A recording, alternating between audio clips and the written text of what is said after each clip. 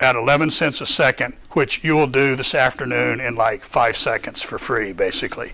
So that was the world Howard Gordon started in. There's been progress in computer science since then.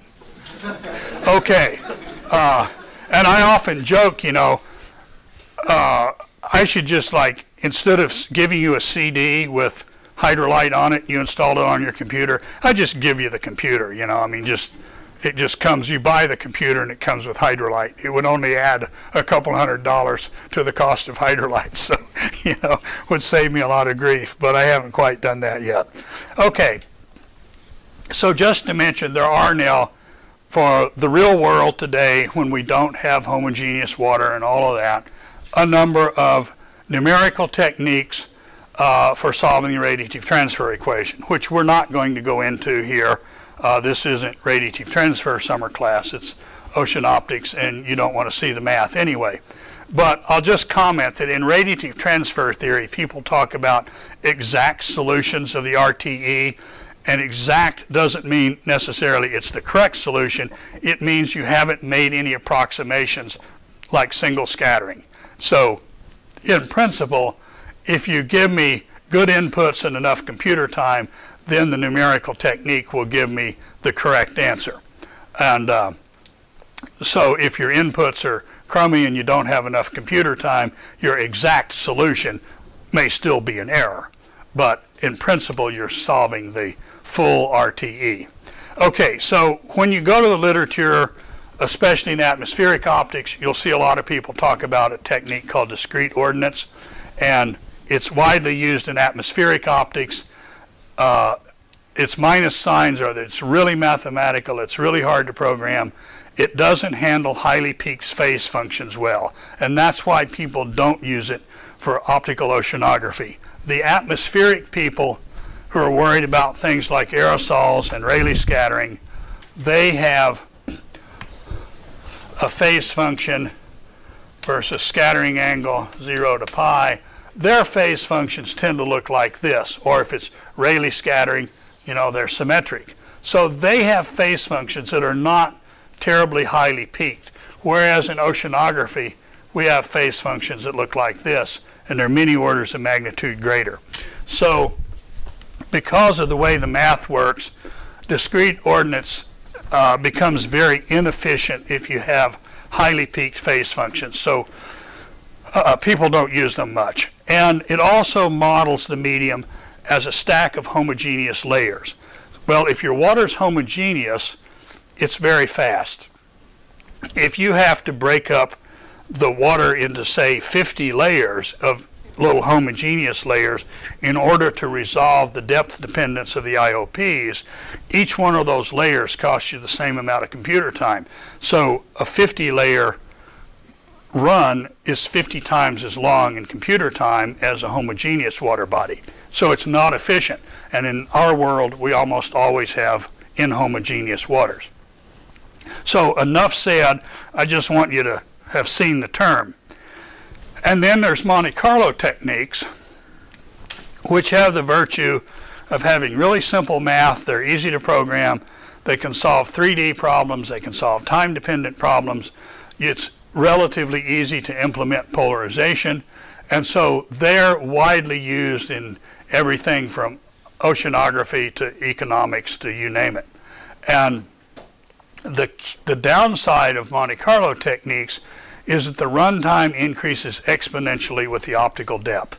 So if I do a run to, say, 10 meters deep and it takes a minute, and then I say, oh, you know, I'd really rather do a run to 50 meters, it doesn't take 5 times as long, it takes e to the 5 times as long. So they become very inexpensive if you have to go to large optical depths, and also if you have to trace photons, you're interested in computing radiances. These photons are coming in, they're bouncing around, and now and then one of them goes into my radiance detector, and all the others were wasted.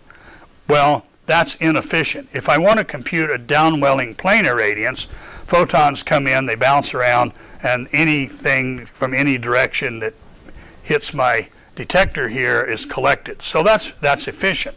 Well, anyway, the bottom line is Monte Carlo techniques, unless you use fancy techniques, they're not too efficient for radiance calculations. The solutions have statistical noise in them, so you do the run, you look at your answers, there's a lot of noise there. You say, well, I need to do 100 times more photons to get the noise down by a factor of 10.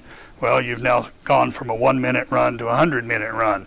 So they have their uses. I use Monte Carlo all the time, but it's when I have a 3D problem, for example, that I can't solve with some other technique. And you just have to pay your money, trace enough photons to get the noise to an acceptable level, and whatever that costs is what it costs. Then there's another technique called invariant embedding, and that's what Hydrolite uses. The same minuses as, some of the same minuses as discrete ordinates, in that it's really super mathematical. It's difficult to program. It took me years to get Hydrolite, to get the math worked out, and to get the program to actually working. And it's hard to put polarization in. I haven't done that yet because the math is just beyond description. And you can only solve one-dimensional or depth dependence problems. The pluses are that runtime increases linearly with optical depth. So if I do a run to 10 optical depths and then I want to do a run to 100 optical depths, it's not e to the 100th more, it's just 10 times more. That's a huge plus. There's no statistical noise in the answer, and it's extremely fast and accurate, even when you want to compute radiances at great depths. And so that's why this is used in Hydrolite, and even the guys like George Kadawar, who live with Monte Carlo codes, if they want to get a light field down to 50 optical depths, he runs Hydrolite. Okay, enough said there. You do need to go to Greenland. So, you know, most Americans think, wow, someday I'm going to like retire and go to Alaska and see a glacier. Well, Greenland is the adult version of Alaska. You know, in Alaska, the glacier's like, you know, 30 meters high and half a kilometer wide, and you go to Greenland and the glacier fronts are like 300 meters wide and 5 kilometers wide. So it's really, really a good place. It's excellent kayaking. The water is colder than it is here at Damariscotta. And I remember when I took my first trip to southeast Greenland, and this is sort of the point of Greenland that's as close as you can get to Iceland, so that kind of southeast corner. The west coast of Greenland has too many people for me. There's population of Greenland is like 80,000 people, and like 75,000 of them live on the west coast. But you go to the east coast of Greenland, it's the same distance from the Canadian border to the tip of Baja, Mexico, and there's a couple of thousand people living there. So you can kind of feel like you're not overcrowded. Anyway, we went there, and I was thinking when I'm flying from Iceland to this little dirt airstrip, like, gosh, I hope we see some glaciers, some icebergs. Well, I got there, we had to delay the start of the paddling for a day because the water was completely solid ice. And then the tide changed and it took all the ice out to sea, and we were able to start out. So I've been there a couple of times. You can see there's a big glacier in the background here, and you can see the little ice front where the glacier's breaking off right there.